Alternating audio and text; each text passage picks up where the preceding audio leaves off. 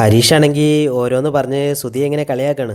സുധി ദേഷ്യം വന്ന് പറയും ഞാനിവിടുന്ന് പോവാന്ന് പറഞ്ഞിട്ട് സുധി അവിടെ നിന്ന് ഇറങ്ങാണ്. അവിടെയുള്ള പണിക്കാർ ജ്യൂസ് കൊണ്ടുവരുമ്പോൾ സുധിച്ചേട്ടാ ജ്യൂസ് എന്ന് പറയുമ്പോൾ സുധി പറയും അത് അവൻ്റെ തലയെ കൂടെ വെച്ച് കൊടുക്ക്. നിധി ബസ് സ്റ്റാൻഡിലെത്തിയിട്ട് സാന്ദ്രയെ വിളിക്കുകയാണ്. സാന്ദ്ര പറയും നീ ഇങ്ങോട്ട് വാ, ഇവിടെ അച്ഛനോ അരുണേട്ടനോ ഒന്നുമില്ല, അമ്മ മാത്രമേ ഉള്ളൂ. അമ്മയാണ് പറഞ്ഞ് നിനക്ക് സർട്ടിഫിക്കറ്റ് എടുത്ത് തരാൻ. ഇതൊക്കെ കേൾക്കുമ്പോൾ നിധി അത് സമ്മതിക്കും. കോള് കഴിഞ്ഞിട്ട് സാന്ദ്ര പറയും ഇതൊക്കെ ശരിക്കും തെറ്റാണ് അമ്മേ, അവൾ ഞാൻ പറയുന്നത് വിശ്വസിച്ചാണ് വരുന്നത്. അമ്മ പറയും എല്ലാം അവളുടെ നല്ലതിന് വേണ്ടിയിട്ടല്ലേ, നീ എന്തിനാ ഇക്കാര്യത്തിൽ ഇങ്ങനെ ടെൻഷനാവുന്നത്. നിധി കാര്യങ്ങളൊക്കെ നികേഷിനോട് പറയുമ്പോൾ നികേഷ് പറയും അതിനെന്താ, വീട്ടിലേക്ക് പോകണം, അമ്മയെ ഒന്ന് കാണുകയും ചെയ്യാലോ. അവർ ഓട്ടോയിൽ വീട്ടിലേക്ക് പോയിക്കൊണ്ടിരിക്കുമ്പോൾ നികേഷ് നിധിയെ എങ്ങനെ ഓരോന്ന് പറഞ്ഞ് മോട്ടിവേറ്റ് ചെയ്യും. അതൊക്കെ കേൾക്കുമ്പോൾ നിധിക്കൊരു സമാധാനം തോന്നും. സുധി സുഭാഷിൻ്റെ പണി സൈറ്റ് വന്ന് നിൽക്കുകയാണ്. അവിടുത്തെ ജോലിക്കാരൻ സുഭാഷിനോട് പറയും അനിയൻ കുറേ നേരമല്ല ഇവിടെ വന്ന് നിൽക്കുന്നത്. സുഭാഷ് പോയിട്ട് സുധിയോട് കാര്യം തിരക്കും. സുധി ഒരു എനിക്കൊരു സമാധാനമില്ല സുഭാഷ് ഏട്ടാ, നിധി ഇനി തിരിച്ചു വന്നില്ലെങ്കിലോ, അവളുടെ വീട്ടുകാരവിടെ പറഞ്ഞ് പിടിച്ചു നിർത്തുമെന്നാണ്. സുഭാഷ് പറയും നികേഷ് കൂടെ പോയിട്ടുണ്ടല്ലോ, അങ്ങനെയൊന്നും ഉണ്ടാവില്ല, നീ എന്തിനാ ഇങ്ങനെ ടെൻഷനാവുന്നത്. സുധീരൻ എനിക്ക് നിധിയെ ഒരുപാട് ഇഷ്ടമാണ് സുഭാഷ് ഏട്ടാ, അവളില്ലാതെ എനിക്ക് പറ്റില്ല, അവളിനി തിരിച്ചു വന്നില്ലെങ്കിൽ എനിക്ക് ആലോചിക്കാൻ പോലും പറ്റുന്നില്ല. സുഭാഷ് ചോദിക്കും നിനക്ക് അവളെ അത്രയ്ക്ക് ഇഷ്ടമാണോ.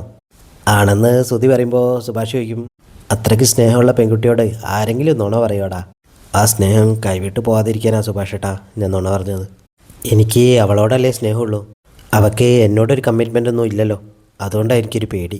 സുഭാഷ് സുധിയെ ഉപദേശിച്ച് പറയും നീ അവളോട് കള്ളം പറയാതിരുന്നാൽ മതി, നിങ്ങൾ തമ്മിൽ ഒന്നിച്ചാ ഈ ലോകത്ത് ഏറ്റവും കൂടുതൽ സന്തോഷിക്കാൻ പോകുന്ന ഒരാൾ ഞാനാ. ഭക്ഷണം കഴിക്കാൻ പണിക്കാരൻ വിളിക്കുമ്പോൾ സുഭാഷ് സുധിയോട് വയ്ക്കും നീ വല്ലതും കഴിച്ചോ. സുധി പറയില്ല. സുഭാഷ് സുധിയും കുട്ടി ഭക്ഷണം കഴിക്കാൻ പോവാണ്. നിധിയും നികേഷും വീടിൻ്റെ മുന്നിൽ ഓട്ടോ ഇറങ്ങുമ്പോൾ നികേഷ് ചോദിക്കും ഇതാണോ വീട്. നിധി പറയും അതെ. നികേഷ് അവരുടെ വീടും ഈ വീടും ഒന്ന് കമ്പയർ ചെയ്ത് മനസ്സിൽ ഓർമ്മിച്ച് നോക്കും, എന്നിട്ടിങ്ങനെ ചിരിക്കും. നിധിക്ക് അകത്തേക്ക് പോകാനൊരു പേടി പോലെ. നികേഷ് പറയും ഇത് ഏടത്തിയുടെ കൂടി വീടല്ലേ, ഒന്നും സംഭവിക്കില്ല വാന്ന് പറയും. അവർ ഉള്ളിലേക്ക് ചെല്ലുമ്പോൾ തന്നെ അമ്മയും സാന്ദ്രയും അവിടെ ഉണ്ടാവും. അമ്മ നികേഷിനെ ചുണ്ടി ചോദിക്കും ഇതാരാ. നിധി പറയും സുധിയുടെ അനിയനാണ്, അവനോട് ഗേറ്റിൻ്റെ പുറത്ത് പോയിട്ട് നിൽക്കാൻ പറ. ഇതേക്കുമ്പോൾ നികേഷ് പറയും എടതി ഞാൻ പുറത്തുണ്ടാവും. നിധി വീടിൻ്റെ അകത്തേക്ക് ചെല്ലുമ്പോൾ അവിടെ അച്ഛനും അരുണൊക്കെ ഉണ്ടാവും. നിധി അച്ഛനെ വിളിക്കുമെങ്കിലും അച്ഛനൊന്നും മിണ്ടില്ല. അമ്മയാണെങ്കിൽ നിധിയെ കുറ്റപ്പെടുത്തി സംസാരിക്കുകയാണ്.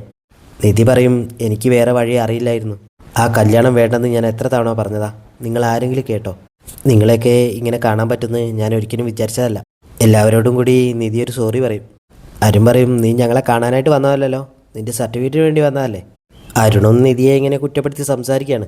അമ്മ പറയും ആ വീടിനെ പറ്റി ഒരാൾക്കും നല്ലത് പറയാനില്ല, നീ കൊള്ളാവുന്ന ഒരാളെ കല്യാണം കഴിച്ചിരുന്നെങ്കിൽ പ്രശ്നമില്ലായിരുന്നു, നീ എന്തിനാ അവനെ വിവാഹം കഴിച്ചത്. നിധി പറയും ഞാൻ ആഗ്രഹിച്ച് കല്യാണം കഴിച്ചതല്ല, എനിക്ക് വേറെ വഴിയില്ലായിരുന്നു. പോലീസ് സ്റ്റേഷനിൽ വരെ ഞാൻ അങ്ങനെ ഒരു തീരുമാനം എടുത്തത് എനിക്ക് എൻ്റെ സ്വപ്നങ്ങൾ നിറവേറ്റാനാ. അതിനെനിക്ക് എൻ്റെ സർട്ടിഫിക്കറ്റ് വേണം, അതിനുവേണ്ടി ഞാനിവിടെ വന്നത്. എവിടെയെങ്കിലും ഒരു ജോലി വേണം, സ്വന്തമായിട്ടൊരു പേരുണ്ടാക്കണം, എൻ്റെ ആഗ്രഹം അതാണെന്ന് അച്ഛനോട് ഞാൻ എത്ര തവണ പറഞ്ഞിട്ടുണ്ട്. ഇപ്പോഴും ഞാൻ അതേ ചോദിക്കുന്നുള്ളൂ, എനിക്കെൻ്റെ സർട്ടിഫിക്കറ്റ് മാത്രം കിട്ടിയാൽ മതി. അമ്മ പറയും നീ ഒന്ന് നിർത്തുന്നുണ്ടോ നിധി, ജോലി എന്ന് പറഞ്ഞ് ഇത്രമാത്രം ബഹളം വയ്ക്കുന്നത് എന്തിനാണെന്ന് എനിക്ക് മനസ്സിലാവുന്നില്ല. നിനക്കെന്തിനാ ജോലി, ജോലി എടുത്ത് ജീവിക്കാൻ വേണ്ടി എന്ത് കഷ്ടപ്പാടാ നിനക്കുള്ളത്. അച്ഛൻ ഇത്രയേറെ സമ്പാദിച്ചത് പിന്നെ ആർക്ക് വേണ്ടിയാ മോളെ, അതൊക്കെ അനുഭവിച്ച് സന്തോഷത്തോടെ ഇവിടെ ജീവിച്ചാൽ പോരെ. അമ്മ പറയും കഴിഞ്ഞത് കഴിഞ്ഞു, ഇനി നീ ഈ വീട്ടിൽ നിന്ന് എങ്ങോട്ടും പോടില്ല.